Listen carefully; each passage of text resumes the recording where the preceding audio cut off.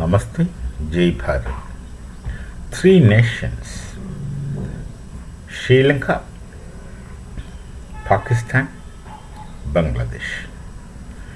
Look at these three nations and look at their political stability, shock, instability. We have seen Sri Lanka in the past with very serious political instability. Whatever may be the cause behind it, whatever may be the cause, the similar cause you find in all the three places. The influence of China or the over dependence on China by these people. Sri Lanka depended on China for more than what they could. Maldives is also there, right behind, but I'm not mentioning Maldives for the time being because the kind of political stability which I'm going to talk about, Maldives can't be an example. So Sri Lanka, Pakistan, Bangladesh. Sri Lanka was almost absolutely in anarchy some time back, but then they came back. Now their election results came. They have a stable democratic government with good majority. And look at the president. The president during his election campaign in Sri Lanka, he simply asked one thing. He asked, "Give me 2/3 majority. I want to bring reforms in our nation." That man is a nationalist. People say he's a communist. Maybe being a communist is not harmful, in the sense that he takes inspirations from the theories of Marx, the positive sides of Marx. So, whatever it is, but fundamentally is a nationalist, and he wanted to work for his nation. Of course, there is no serious space for nationalism within the frame of Marxism, and of course later in Leninism. They would say that nationalism is necessarily an instrument of oppression in the hands of bourgeoisie. They would say that, but that is in the light of their projected belief in a kind of internationalism where state will not exist, class will not exist, no objective laws will not exist. That kind of a fantasy, kind of dream, all the same. That's kind of fantasy-based speculations. They say that maybe they would like. Of course, for them it's definitely a highest desideratum. Leave that alone. Come back to Sri Lanka and look at the stability which Sri Lanka has achieved, and is promising. They have a stable government now. With all this, such big anarchy in Sri Lankan parliament, and if you look at that Sri Lankan parliament, what happened we have seen, and the kind of instability they had gone into, and the economic serious depression, the economic setback of this nation. Of course, India went to bail them out, that's true, because Sri Lanka had been a culturally and traditionally and historically one of us. The Sinhalese and the Buddhists are not very different from the Hindus, and of course the Tamils are Hindus.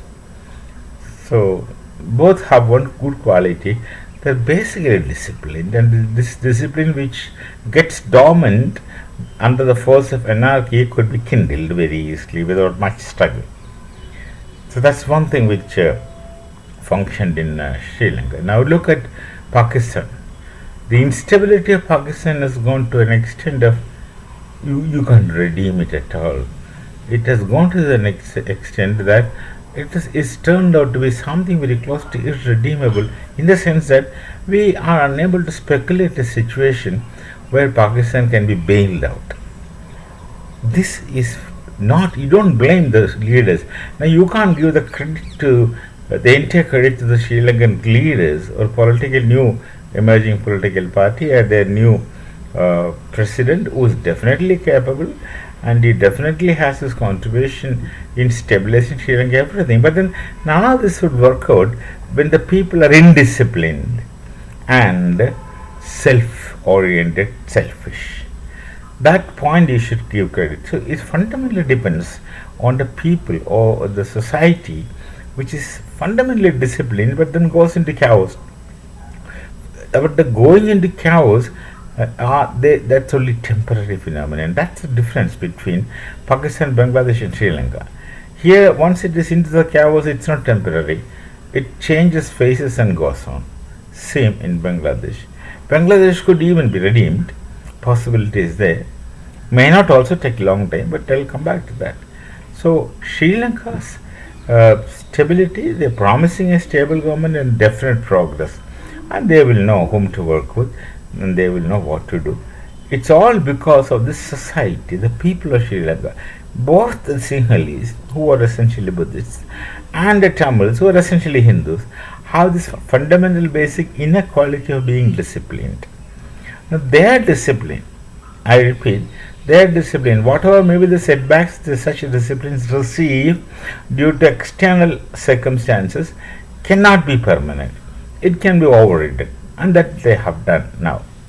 Fine with Sri Lanka. Now we can hope all good things for Sri Lanka. Number one.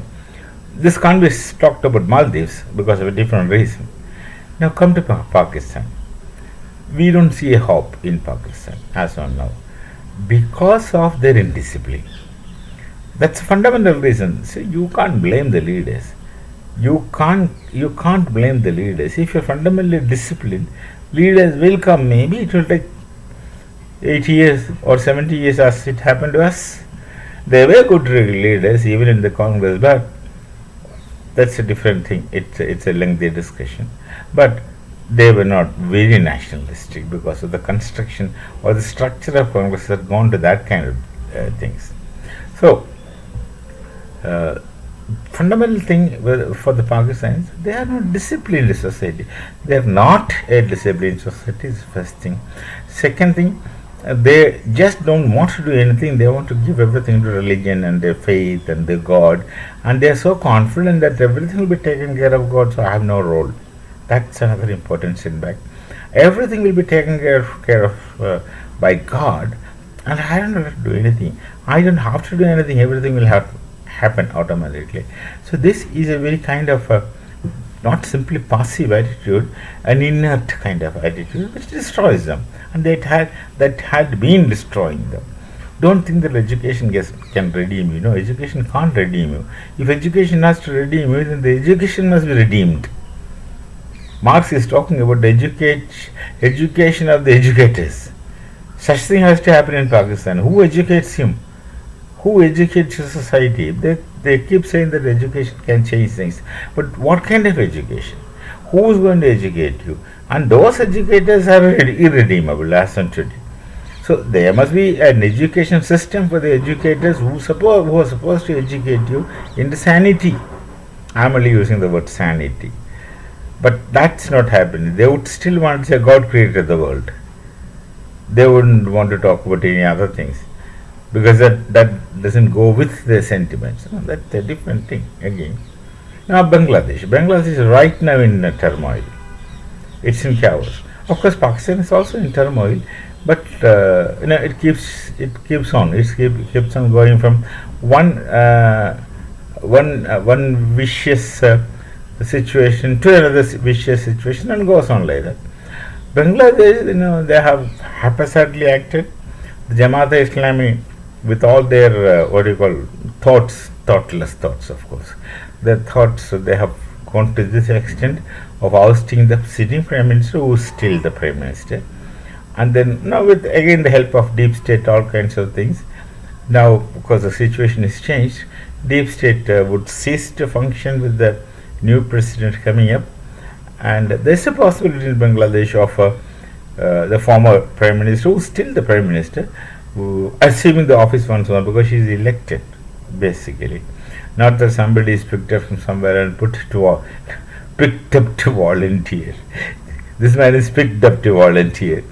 So such is not a situation in democracy, that she is elected and she can possibly come back as a prime minister. But now Bangladesh can't conduct elections. That's what now people are demanding, that Bangladesh should conduct elections, but I don't think they'll be able to conduct elections. And even if they conduct elections, it will be replica of Pakistan, because Pakistan has conducted elections recently, this year only, February, I suppose. Then the army The army is very funny. The army thinks they can rule. They are statesmen. The army is not statesman. The army is army. Army has a distinct role. No, I myself, I'm an ex-serviceman. I have all my sentiments towards the defense. I was in the party vice then. But that doesn't mean that you become a statesman. Statesman is quite a different thing.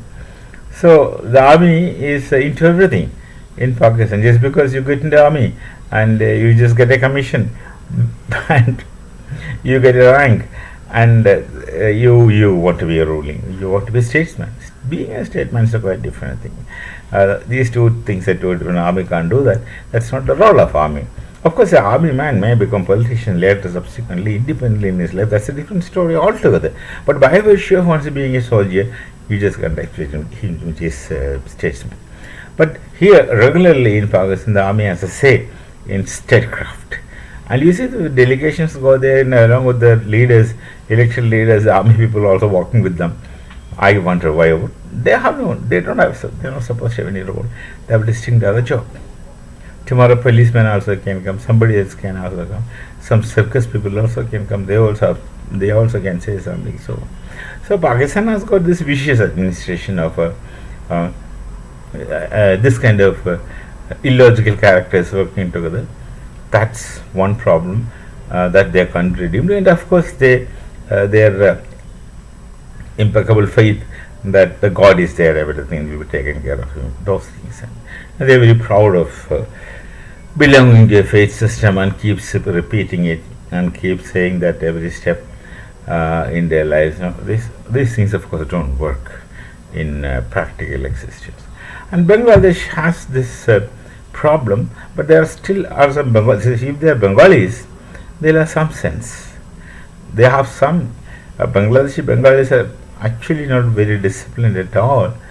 But then comparing with Pakistani chaos and anarchy, they are a shade better. So there could be some better kind of government. Possibilities are there, but in case of Pakistan, nothing can really be envisaged. So, but then look at these three nations and think about it. From where Sri Lanka comes to what? And Pakistan. And of course Bangladesh. What can happen to Bangladesh? We don't know. It's better to think. So, till we meet again with some other thought, it is Namaste. Jai Bharat and Jai Shri Ram.